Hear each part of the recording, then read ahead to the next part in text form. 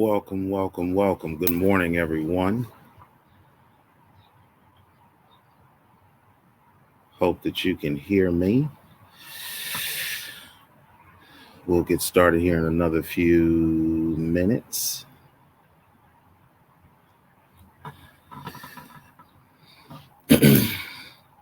Hope everyone is well. It is close to 8 o'clock here in Los Angeles, California. So I am in Los Angeles, sunny and hot Los Angeles.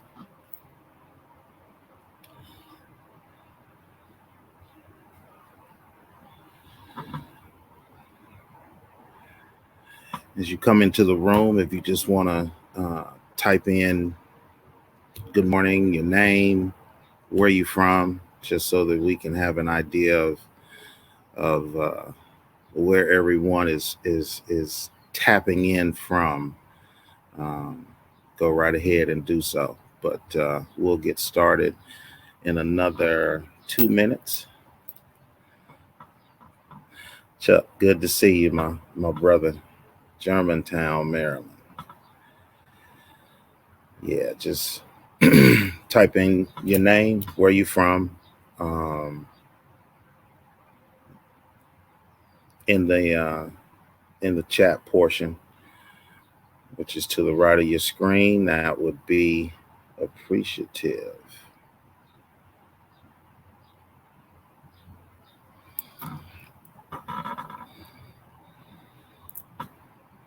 Mississippi in the house. We got Maryland, we got Mississippi, got California. Who else do we have in this virtual space today? Who else do we have? We got another 2 minutes. So we'll start at the top of the hour. We'll start at 8 o'clock. We will start at 8 o'clock and see what the Lord has for us.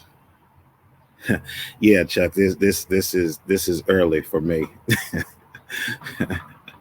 I usually don't get the day started until about 9 o'clock. So this is definitely early, but it's so worthwhile and such a blessing to just be here today and be one of the presenters.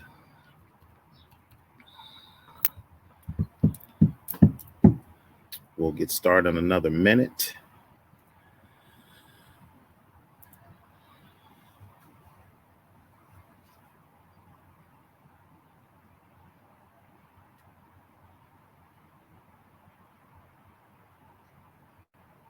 Go ahead and get myself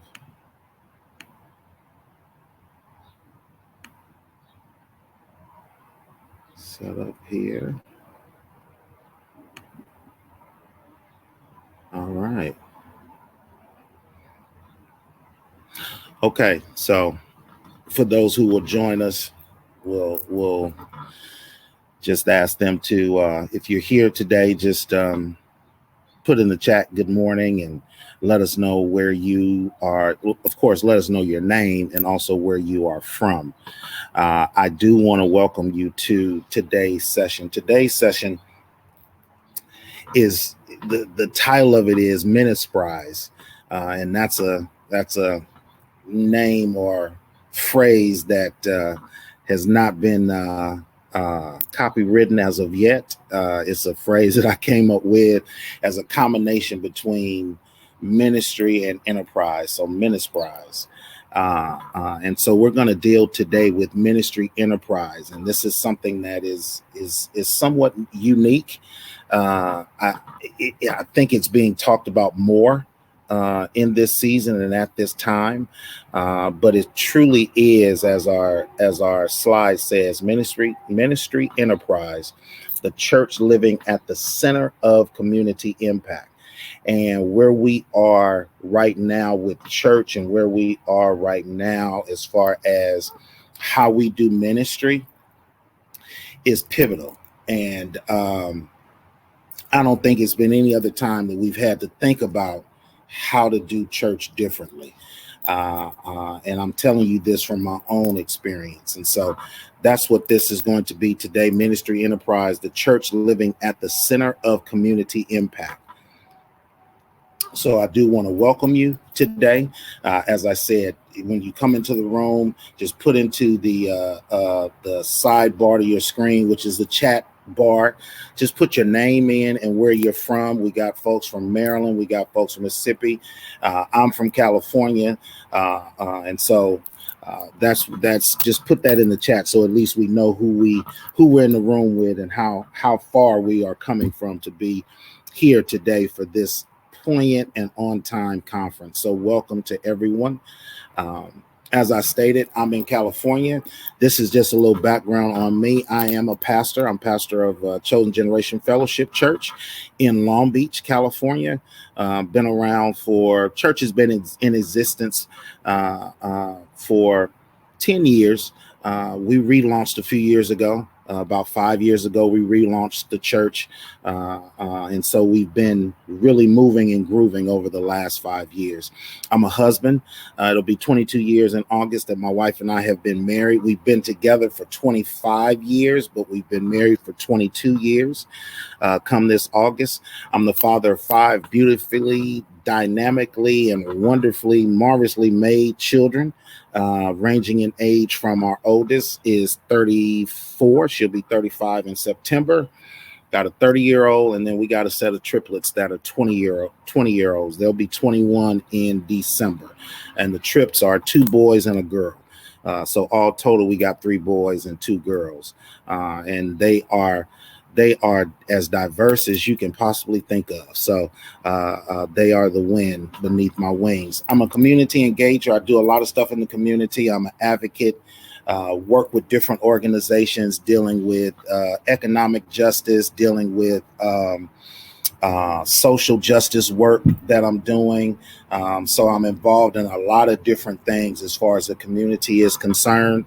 I'm also an entrepreneur. My wife and I have started several businesses over the year. The most recent one, we started Community Resource Center last June, matter of fact, a year ago, last month. And so we are,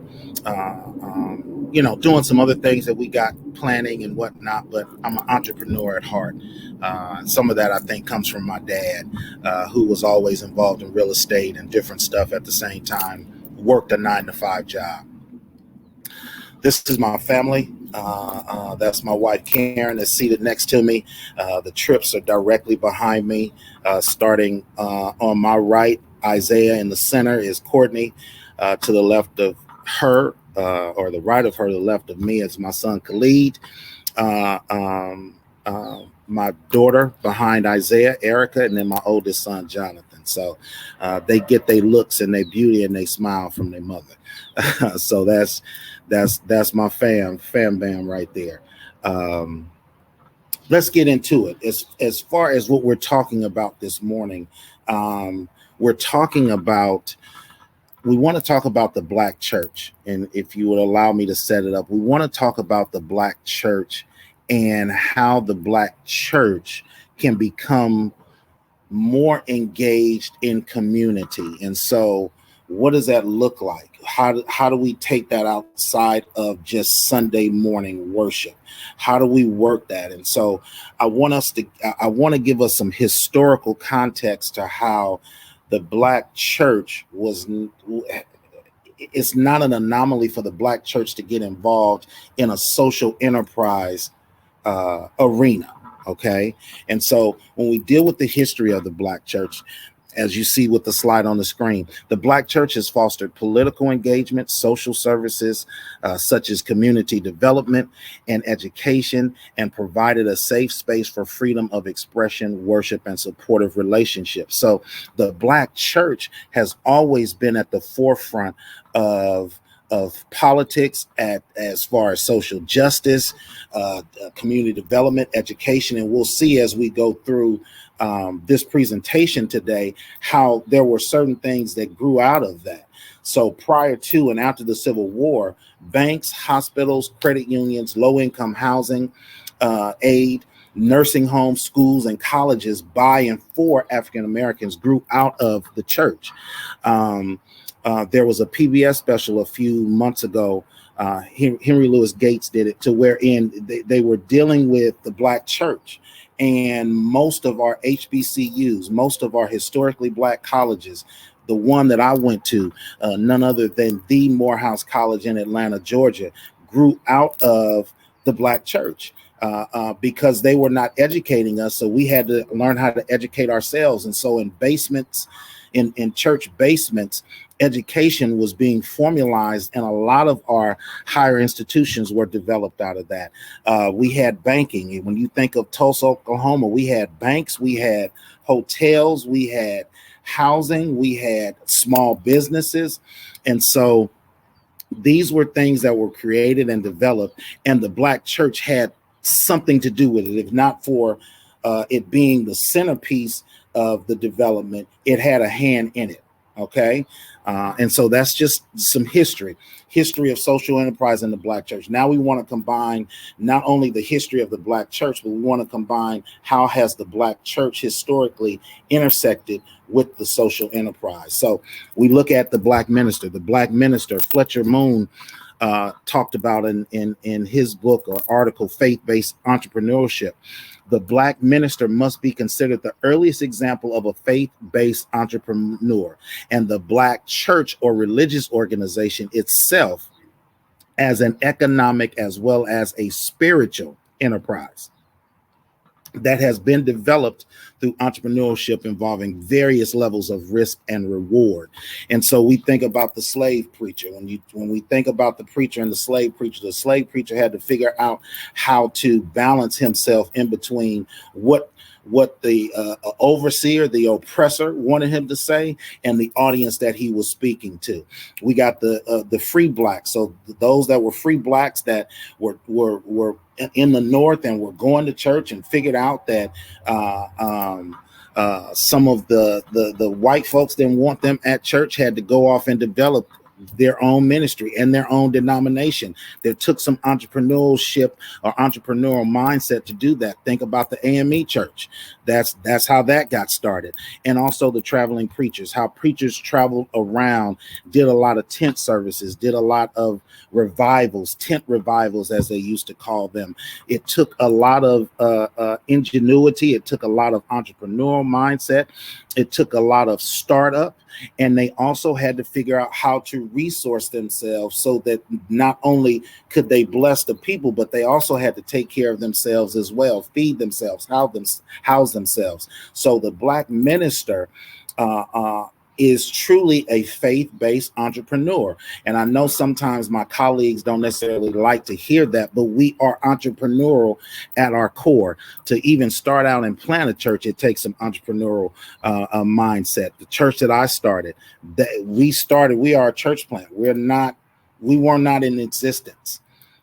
So I had to pray and start that, learn how to do a 501c3, learn how to get an EIN number, learn how to write up articles of incorporation. So these are things that entrepreneurs do when they're starting their business. And the Black preacher, the Black pastor, the Black minister is considered an example of that as far as our culture is concerned. Black church DNA. This is from Crisis in the Village, Restoring Hope in African American Communities. Robert M. Franklin wrote that book. I'm currently reading it. One of the things he talks about in that book is the Black church is typically an asset-rich institution and generally one of the wealthiest institutions in the community. Collectively, Black churches control billions of dollars in assets that can be leveraged for the good of the community. And so Robert M. Franklin is telling us that the Black church is the richest institution. The Black church is, if we ever came together and decided to pool our resources, we control billions of dollars in assets that can be leveraged for the good of the community. And that's something that is monumental. That's why, for me, I believe in collaborative work. I believe in partnership. I believe in working together and pooling resources. If we all gonna get to the top of the hill, I don't want to be there by myself. I want folks to come go with me because when we do it together, we can have another Tulsa, Oklahoma. Matter of fact, we can have Tulsa, Oklahomas in multiple cities, in multiple states, and not only domestically, but internationally as well. If we pool our resources, that's how powerful we can be in transforming our communities, our cities, our states, our world. Okay, so that's the Black church DNA. The 21st century church. What I want to talk about now is we've done the historical thing. Now I want to talk about where we are struggling, because we know that it's part of our DNA to be entrepreneurial. We know that the Black church is the entity that can be, should be, in some spaces still is the centerpiece of the community. But what are we struggling in? The 21st century church is struggling in three primary ways. We are hurting more than we're helping, which means that I've been in these conversations and I've had these discussions with different folks about how the church has created church hurt. And I know sometimes in certain spaces we don't like to talk about that, but the church has hurt some folks. The church has hurt people in different ways. I mean, you know, that's a whole nother seminar. That's a whole nother conversation we can have. But we are hurting more than we're helping. And not only are we hurting people, the church itself is hemorrhaging as well. Okay. And so not only are we hurting people, we lack engagement in the community. We are getting trapped behind the wall. We are getting trapped behind these four walls that we allow ourselves to operate in, and we constantly want to invite the church to come in, but we're not willing to go out. And this is not anything that has just happened since the pandemic. This has been happening before. We were struggling before the pandemic. I've shared with somebody that the church was having an epidemic before the pandemic. Okay, you can use that. The church was having an epidemic before the pandemic. We were not engaging in community. So the pandemic forced us to pivot and to go out into the community, because now the community was quarantined. We were facility-wise shut down. We had to learn how to engage in the community. The third thing is the work is not sustainable.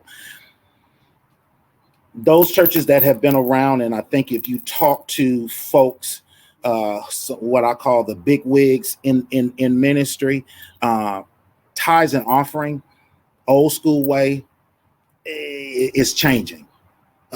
Folks have been, and I know pastors who giving has always fluctuated. So to rely on congregants to give is not a sustainable how can I say this, business model.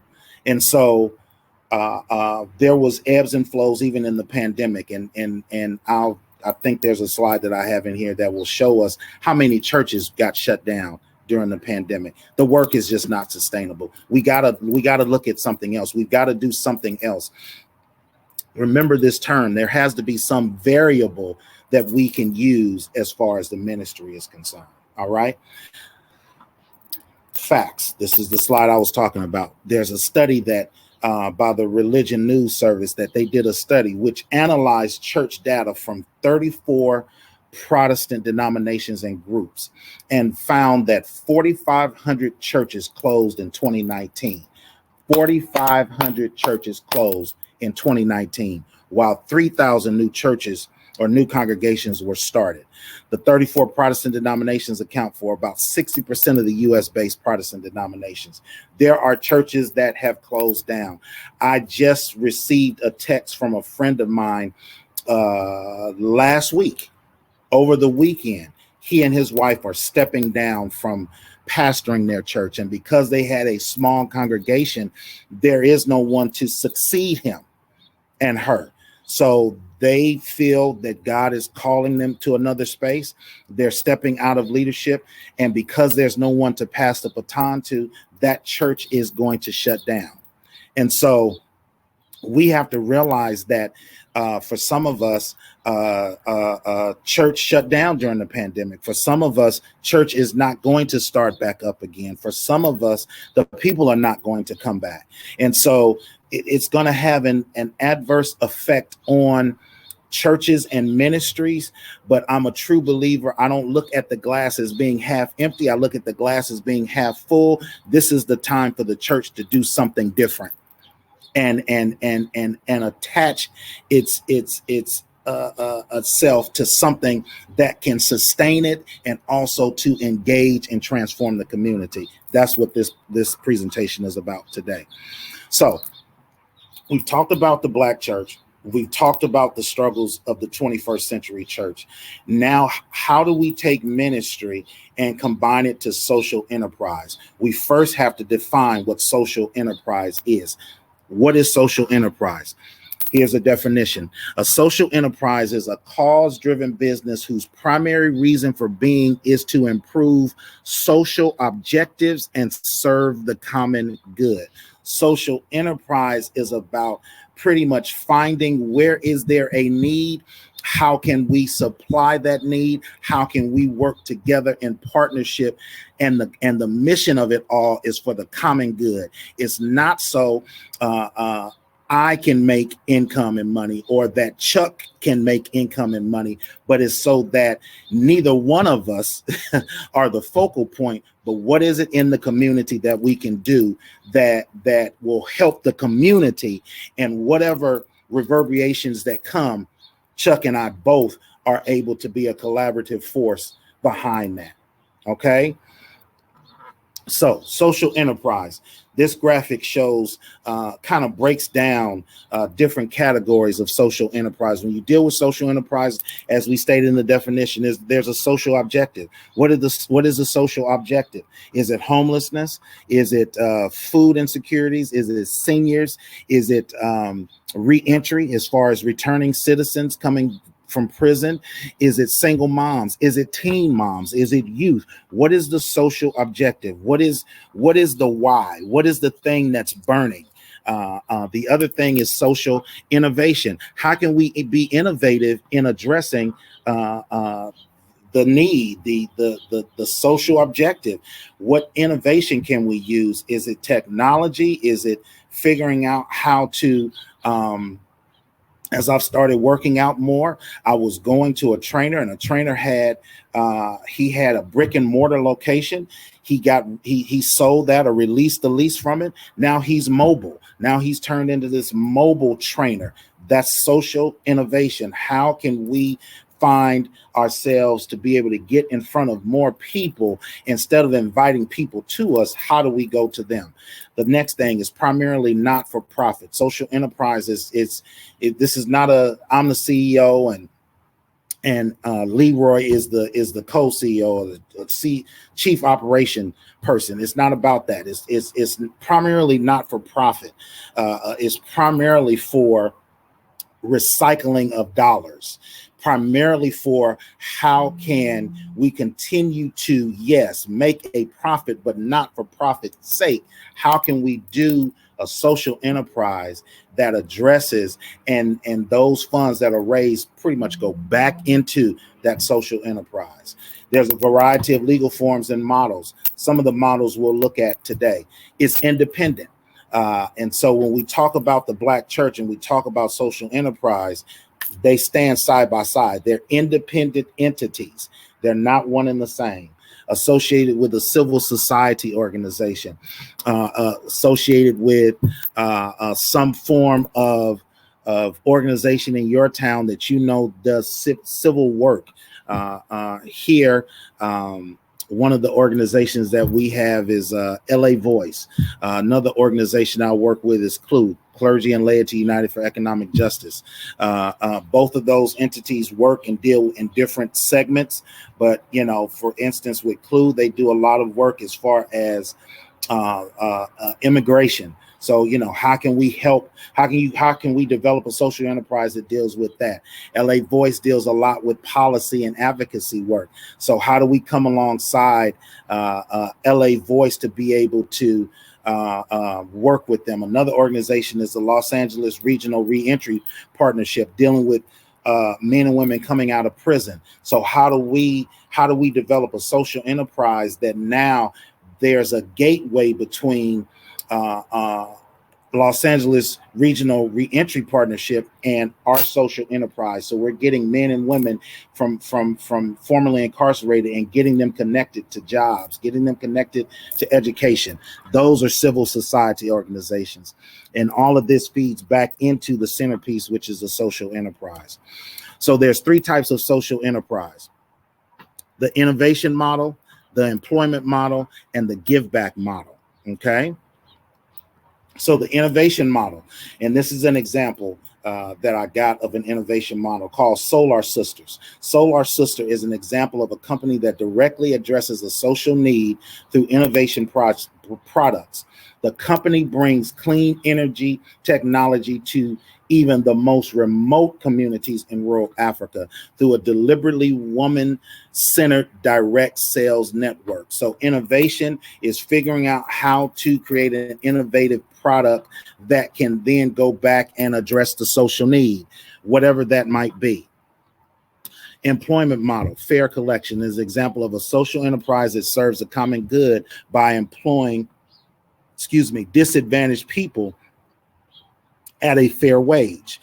The company hires artisans in the developing world to create jewelry that is sold on international markets, providing dignified wages and holistic social programs that provide a path out of poverty to their artisans. And so there's the employment model, to wherein now you begin to employ people. Now you begin to have folks that are part of your social enterprise that are employed. So here in Los Angeles, I know of in Long Beach that a church started a bakery, and part of their DNA, part of their social enterprise makeup, they employ people from the community to work there. Homeboy Industries is another organization that I know you've probably heard of that's based here in Los Angeles. They take formerly incarcerated, former gang members, and bring them in, teach them culinary, to where now Homeboy Industries has a full-fledged restaurant down in the downtown part of Los Angeles. They've helped gang members remove tattoos. They have given training for returning citizens that now they can go out and they can get managerial and director positions. They've gotten them educated. So that's the employment model. So you have the innovative model, to where you can create some form of innovation to help the common good. Then you also have the employment model, to where you bring people on staff, so to speak, and create something that then can go back and impact the community. The third one is the give back model. Better World Books Roma Boots is an example of a third type of a social enterprise that serves a common good by giving back for every purchase made. For every pair of Roma boots sold, a brand new pair stuffed with educational supplies is donated to a child in need. This model gives consumers an inspiring and tangible measurement of their impact, and as Roma likes to say, gives poverty the boot. The give back model is a great model because a lot of times people may not they may not be the ones who are innovative. They may not want to come and be employed by the social enterprise, but they do like the give back model. They do like the in some circles, it's like a matching grant. If you can raise a certain amount, they'll match that grant. So the give back model is a great way to, if I purchase this, then this feeds X amount of children that are in poverty, or does this do, for me, it's always about the youth. So if you say, hey, you purchase this and we can give out 50 backpacks to kids as they go back to school, sign me up.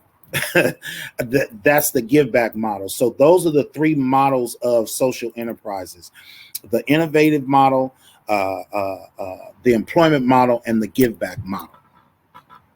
So here's a question. What is the role of faith institutions in the economic well-being of a city? This is a loaded question for the simple fact that most of the time we do understand, and I've said this is my own terminology. If you go and say, well, Pastor C said, listen, Pastor C is saying this is not written in a book. What is the role of faith institution in the economic well-being of a city? The thing with the faith-based institution is that we are nonprofits. But as I've said, we are nonprofit on paper, but we do everything for profit. Okay, so what we have to understand is, how does the faith-based institution play a role in the economic well-being of a city? We have to understand that there is a role that we play, which means that when someone is running for office, where do they come? The church.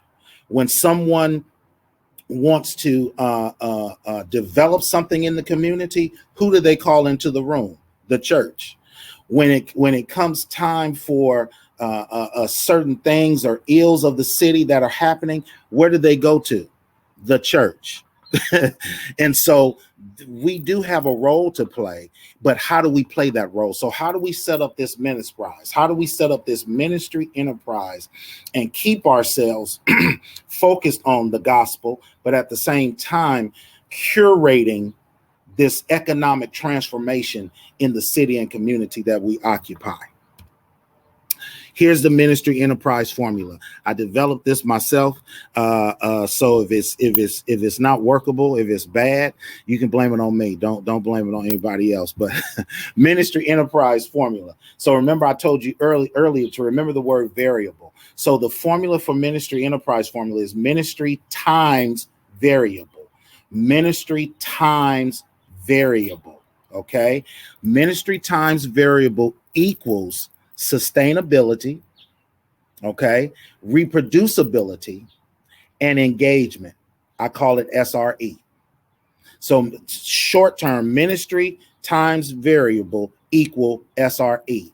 That means that once a ministry, a church, a nonprofit organization can do something in the variable of social enterprise, and we'll look at some of what are potential variables. When they look at that, what ministry can do to multiply itself in a different space that creates sustainability. So now the church is not so driven. Now the pastor's not a used car salesman from the pulpit driving people to give. Pastors are not so overly concerned with buildings, butts, and budgets. The 3 B's is what we call them.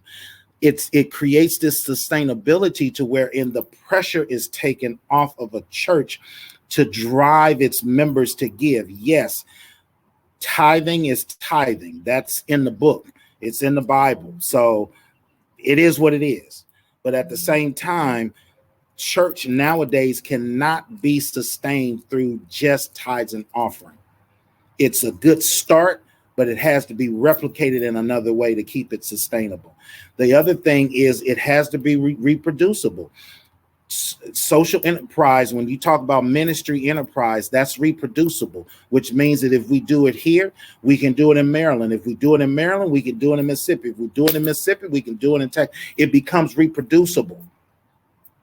So like I shared with you, Homeboy Industries, that can be reproducible. That doesn't mean that it's got to be called Homeboy Industries, but the concept can be reproduced somewhere else. And it causes engagement. It causes engagement with not only those people that are coming to the church, but it engages the community. There are some people that the ministry enterprise will engage with that will never set foot into the 4 walls of the church. There, I said it. There you have to realize social ministry enterprise will engage with some folks who will never set foot in the church, but they will tap into that social enterprise. So are we trying to bring folks in to have them sit as cigar store Indians, or are we trying to transform our community? You got to figure out what you want to do.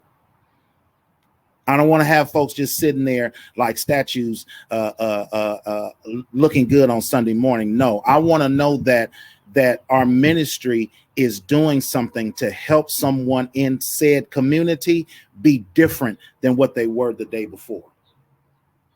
Understand, Jesus didn't have a church building. Jesus didn't have deacons. Jesus didn't have armor bearers. Jesus was a community engager. But I'm going to leave that alone. I only preach on Sunday. So what are the variables? What are the variables? What are the variables? What are the variables? Here's a list of variables. School. A good friend of mine has stepped off into getting connected to an organization back east, to where he's developing a micro school, micro church, to where this micro school will only have about 20 to 25 students, high schoolers, but it'll work in concert with his church. So that's another way. That's a variable of how a church can develop this ministry enterprise. You got the church, you got the school. So now you have students at the school. Because he comes out of education, he has several teachers and principals and administrators at his church now that can help and assist with that school. You see how that's a seesaw effect? You got senior living. I have another colleague of mine. Her father years ago developed a senior living housing development. My parents, who live in Arlington, Texas, their church down in Mansfield, Texas, just built maybe 2 years ago, right before the pandemic, it was finished. They Pioneer Place, which is a highly new age senior housing, assisted living housing. They have so many people on the waiting list, it's ridiculous. But the church is right across the street. Hello, somebody. So when they, on first Sundays, when they do communion, they go across the street and serve communion. Now you're doing where those seniors can't come to church, they still get the gospel. Resource center. I'll share with you in a minute what our church is doing in regards to that. You got coffee shop, restaurant, catering, thrift store, bike shop, car shop, bike shop. I was at a function down in Tampa, Florida a couple of years ago where this young guy, because you and I know, we know that transportation is tough in some cities. He started working with folks to help them build bikes so that they can get around. While they're building the bike, they get a Bible study devotional. So while they're building bikes, they get the gospel. Friend of mine here in Los Angeles, over in the city of Watts, does the same thing. He helps youth build bikes, and whatever bike they build, they get to keep that bike, but they do bike rides throughout the city. Car shop, truck driving training center. A lot of our returning citizens are not going to be able to go and find office work or, find work that they could possibly do from that setting, but they can learn how to drive a truck, get their driver's license and all of that. Grocery store, rehabilitation center. So these are just some of the variables that we, that are available. This is not an exhaustive list, but this is just a list of some things that can be done. Some things that I know of that I can direct you to, and quite a few things that they're social enterprise in nature, and the ministry and the church can do and attach themselves to this. Here are examples of ministry enterprise. So I don't want you all to think that I'm just out here puffing smoke, but that there are things that are happening from the faith-based community that you can go and put your hands on, so to speak. So Tree of Life Cafe and Bakery, hiring people coming out of rehab and serving farm fresh food. Crumb and Get 'em Cupcakes, hiring any city kids to bake. Rock Pile Yard Service, hiring men coming out of incarceration to do yard work. Coat of Many Colors, doing painting workshops with men suffering from PTSD. Major ministry.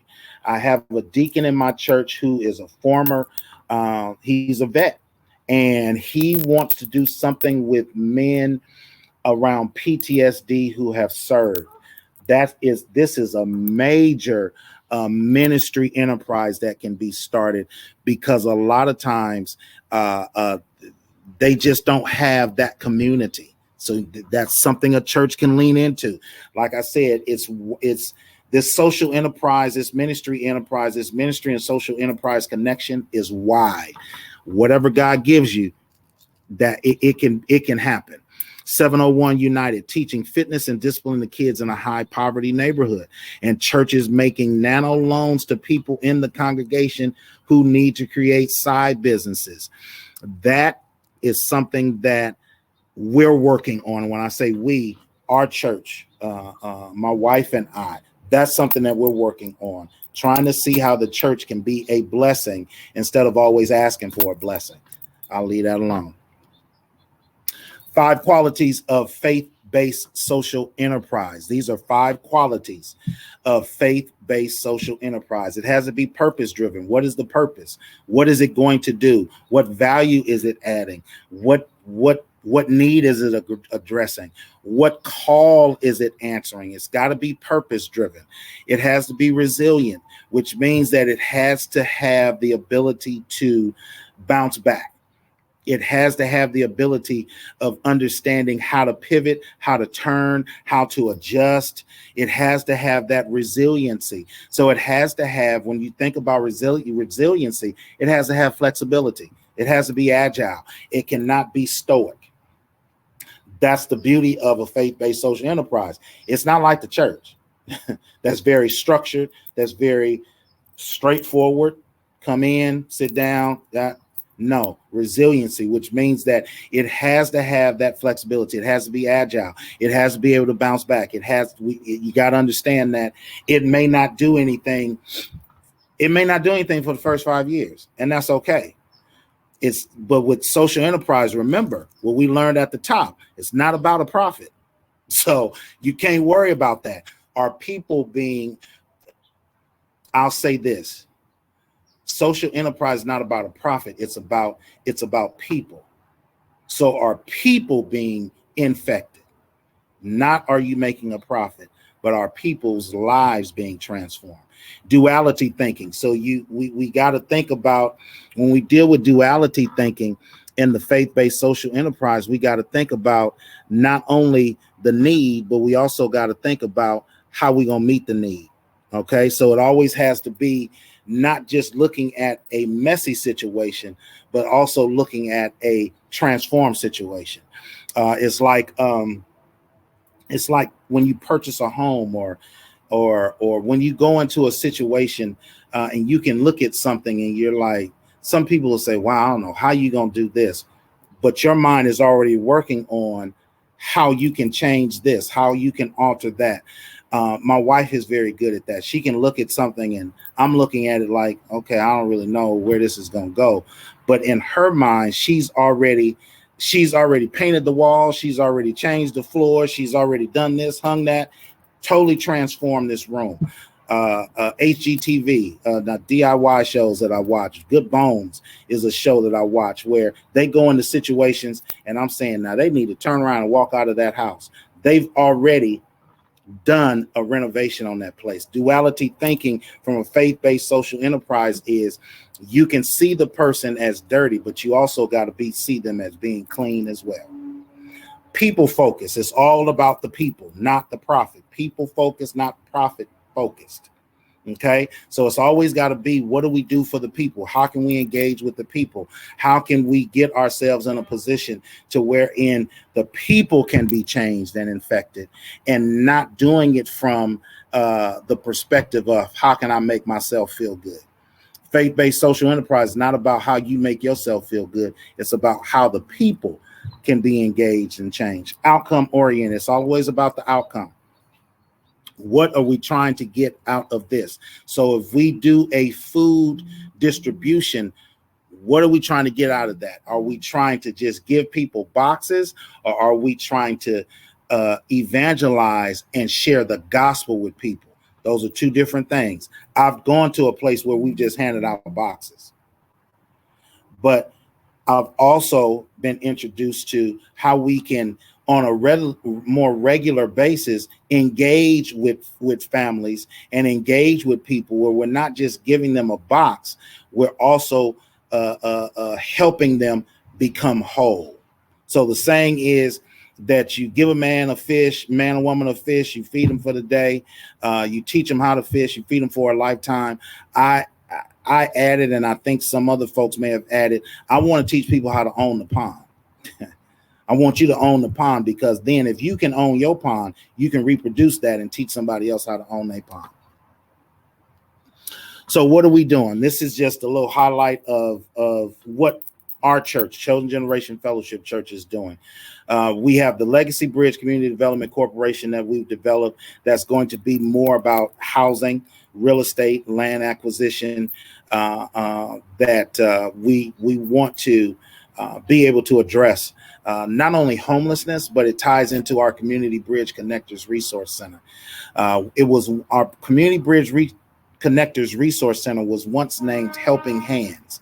We've changed the name. The board changed the name to Community Bridge Connectors Resource Center.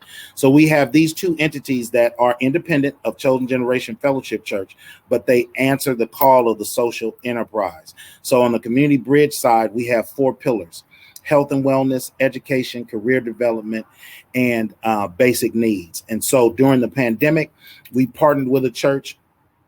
And the church that we partnered with was over in the city of Wilmington, which is a community here in LA County, not too far from Long Beach.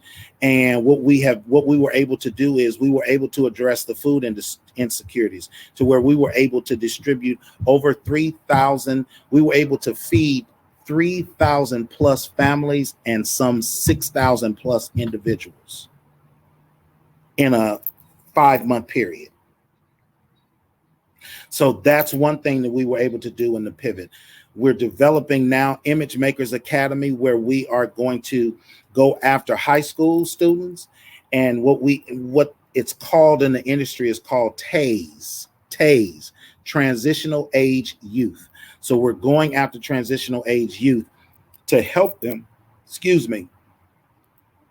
to help them go through a program that's 3 phases: discovery, development, and determination. So we're going to help them, in a nutshell, figure out who they are and how who they are plays a role in where they can design themselves to go, and then help them get there.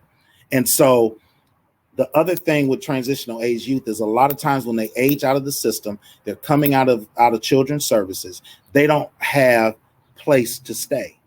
That's where Community Bridge connects with Community Bridge connects with Legacy Bridge CDC, which is Legacy Bridge is going to be the one that purchases and develops housing so that TAYS have some place to stay.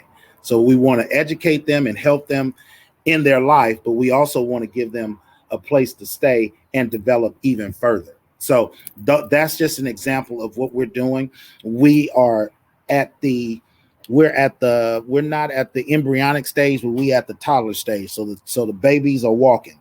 The babies are walking. And so they got to figure out how to walk. And me and the board and my wife, we got to figure out how to keep them from killing themselves by falling. So we're at that stage to where these two things are toddlers, and they're separate and apart from the church. Chosen Generation is Chosen Generation. That's where you get Sunday morning gospel preaching. Community Bridge, we're trying to connect with seniors, transitional age youth in general, returning citizens. I didn't even talk about the reentry program that we have, but all of that's part of that. Legacy Bridge is about buying property, buying dirt, and developing. That's it. As far as the presentation, and I did that right in 45 minutes. Wow. Got to tell the church, pastor can't preach in 40 minutes. So do you have any questions? This is Q&A. So do you have any questions that can be answered? Any dialogue that you want to play in or whatever? Here's my contact information for those of you that are here. That's my phone number. That's my personal email address, CJNglobal.net. That's my personal speaking, book, all that kind of stuff side of things.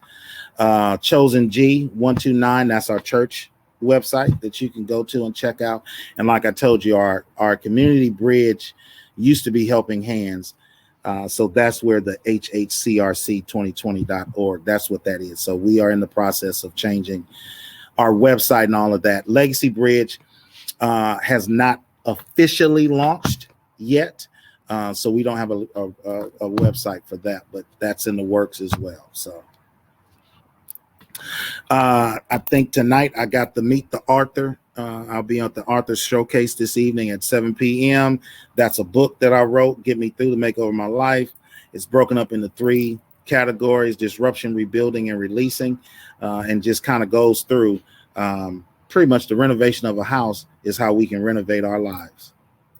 That's it in a nutshell, and it's available on Amazon. So I'll talk more about it tonight if you're available to come and check out that Author Showcase. So any questions that you might have? How would a group go about starting a nano loan network? Thank you for that question, Helen. I appreciate that. When you talk about a nano loan, and I have a friend that is working on that, and that's well versed in it, that I can turn you on to. But in a nutshell, when you deal with a nano loan, that's how do I want to say it? That's a way of saying crowdfunding. So it's a way of that's a way of pooling of resources, pooling of each person's resources, so that then that can create a loan for someone to start a business. One of the things that we're working on our end is for our social enterprise is how can we do that loan, and then when the business is started by whomever, after the first 2-3 years that they've made a profit, they give a 10% back.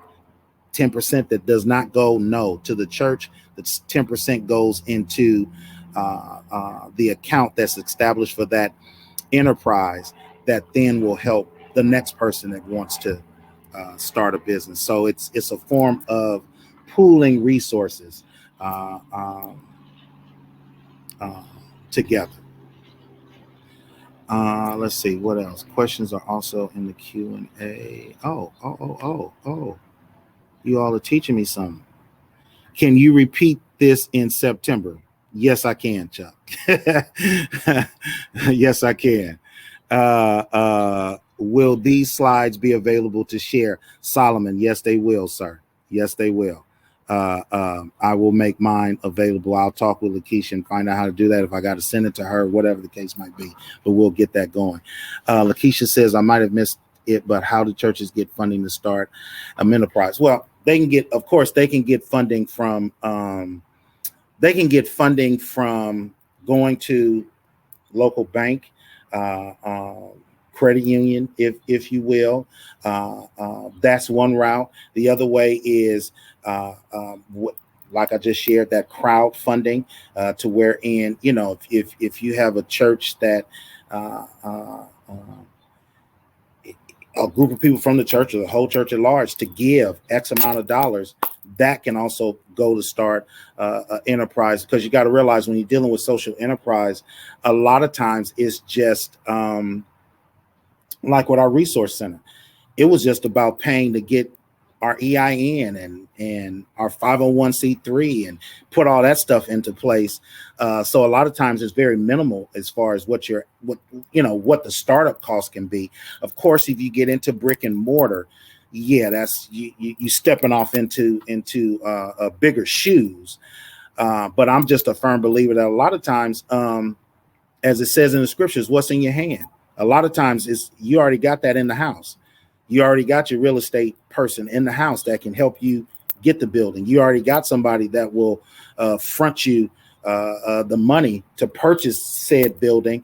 And sometimes they just want to use it as an investment. Or you can work out to where eventually, when you start making income from them purchasing that property, you pay them back. A lot of times it's in the house.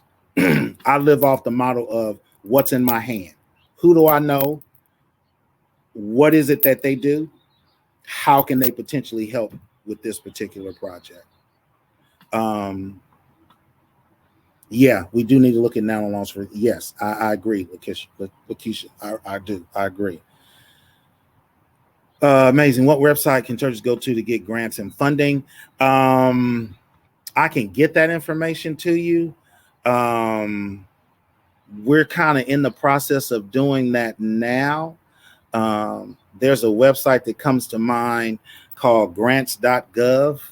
A lot of times that's word of mouth too. I heard about, I had a friend reach out to me and tell me about, Chick-fil-A was doing a grant, a $350,000 grant for, the qualifications were that it had to be a Black organization run by a Black person. So we applied. I mean, it was word of mouth. The board at our resource center, there is one of the board members that's going to be a program director that he's going to be looking into that as well. But I will share what I know, Lucille, as we move forward. So if you want to leave your email address and stuff like that, I can get that to you, or I can also pass those resources on so that the whole group can see it as well. Yes, imagine churches starting credit unions that can lend funds to social enterprise. Chuck, you right there. That's where I am. Right there. I got information on how to start a credit union. And that's one of my goals on my bucket list. Okay, good. We got a minister of bank. Okay, fantastic. All right. So I don't want to hold you all too much longer. I know we got to make this transition. If there are any questions, I think there's an ability to, kind of reach out to me. And if you want to do a one-on-one, we can do a one-on-one. I don't have all the answers, but I believe that we can learn together in community and we can figure it out. But this is where my heart is right now, folks, as a pastor. This is what God is calling me to do, because it's bigger than just having folks to preach to. I'm trying to change the community. My email address, and I'll put it here in the chat for you, is Pastor Cedric 41872. That's my birthday at gmail.com. Here, it's in the chat. Thank you. Thank you all for joining today. I appreciate you. And I hope that you've gotten something out of this. If you need to contact me, there's my email address. I'll be more than happy to talk and plan and strategize. But I'm trying to develop, or want to be a part of, or my prayer is to develop 50 Tulsa, Oklahomas that will not be destroyed. All right. So be good, Levon. Good to see you. Good to see you, Chuck and Leroy and LaKesha, Helen. Good to see you all. So have a good rest of your day at the conference. Take care. Be blessed.